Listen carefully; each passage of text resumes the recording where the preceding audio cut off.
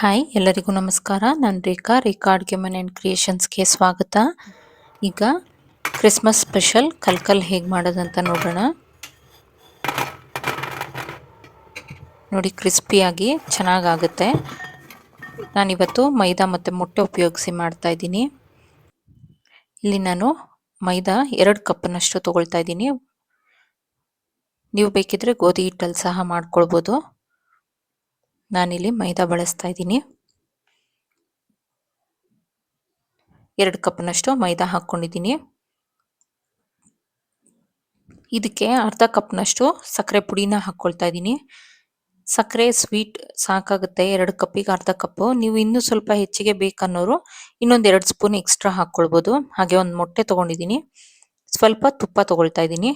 ತುಪ್ಪನ ನಾನು ಒಂದು 2 ಸ್ಪೂನಷ್ಟು ತುಪ್ಪ ಕರ್ಗಕ್ಕೆ ಇಟ್ಕೊಳ್ತೀನಿ. ಈಗ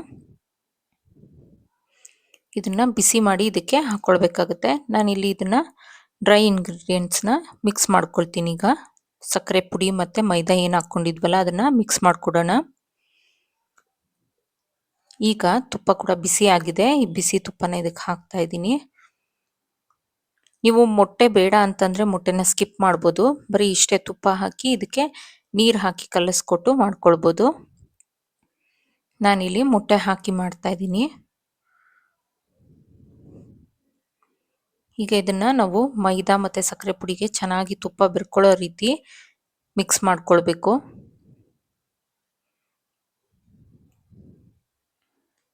ಚೆನ್ನಾಗಿ ಮಿಕ್ಸ್ ಮಾಡಿಕೊಡ್ತಾ ಇದ್ದೀನಿ.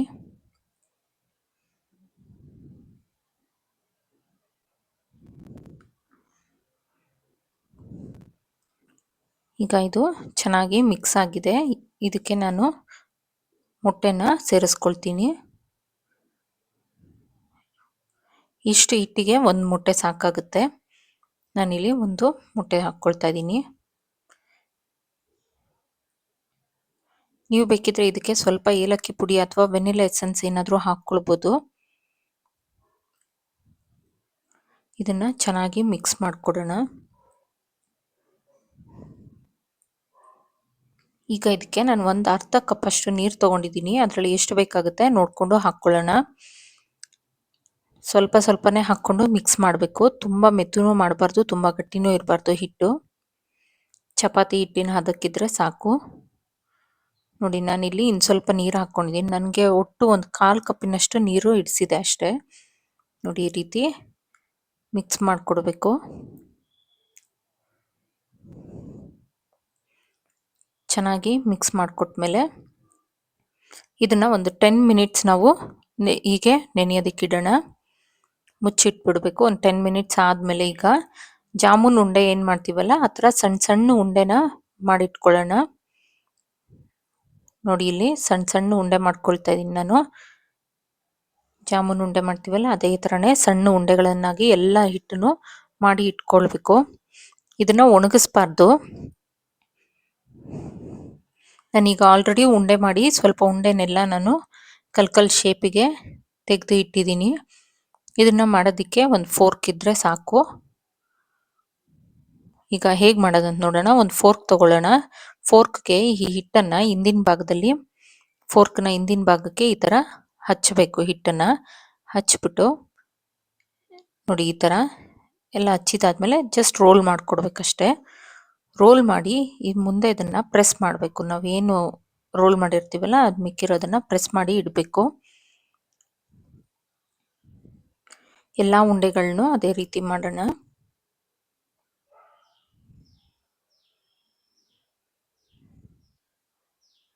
ಈ ಥರ ರೋಲ್ ಮಾಡಿಕೊಟ್ಟು ಪ್ರೆಸ್ ಮಾಡೋಣ.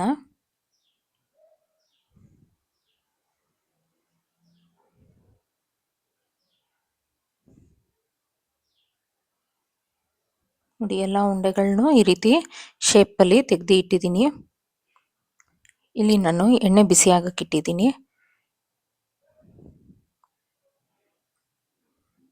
ಎಣ್ಣೆ ತುಂಬ ಬಿಸಿ ಆಗಬಾರ್ದು, ಮಾಡ್ರೇಟಾಗಿ ಬಿಸಿ ಮಾಡ್ಕೊಳ್ಳಿ. ಮೀಡಿಯಂ ಫ್ಲೇಮಲ್ಲೇ ಇಟ್ಟು ನಾವು ಈಗ ಕಲ್ಕಲ್ನ ಹಾಕಿದ್ರ ತಕ್ಷಣ ಎದ್ದು ಬರಬಾರ್ದು ಮೇಲೆ. ಅದು ನಿಧಾನಕ್ಕೆ ಮೇಲೆ ಬರಬೇಕು. ನೋಡಿ, ಈ ಥರ ನಿಧಾನಕ್ಕೆ ಬರಬೇಕು.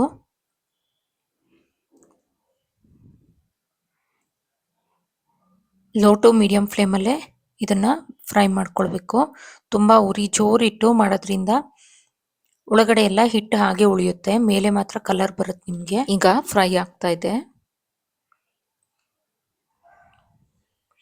ಸ್ವಲ್ಪ ನನಗೆ ಇಲ್ಲಿ ಒಂದು 70% ಇಲ್ಲ 80% ಇದು ಫ್ರೈ ಆಗಿದೆ. ಇದನ್ನ ನಾನು ತೆಗೆದಿಟ್ಕೊಳ್ತಾ ಇದ್ದೀನಿ.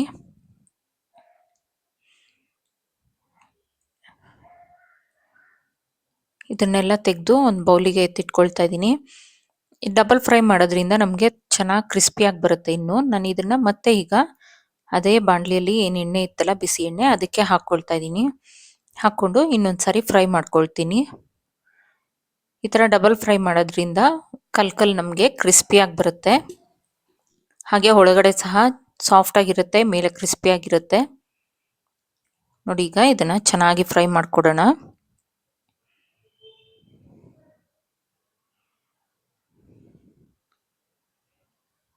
ಒಳ್ಳೆ ಕಲರ್ ಬರುತ್ತೆ. ಇದು ತುಂಬಾ ಹೊತ್ತಿಸ್ಬಾರ್ದು.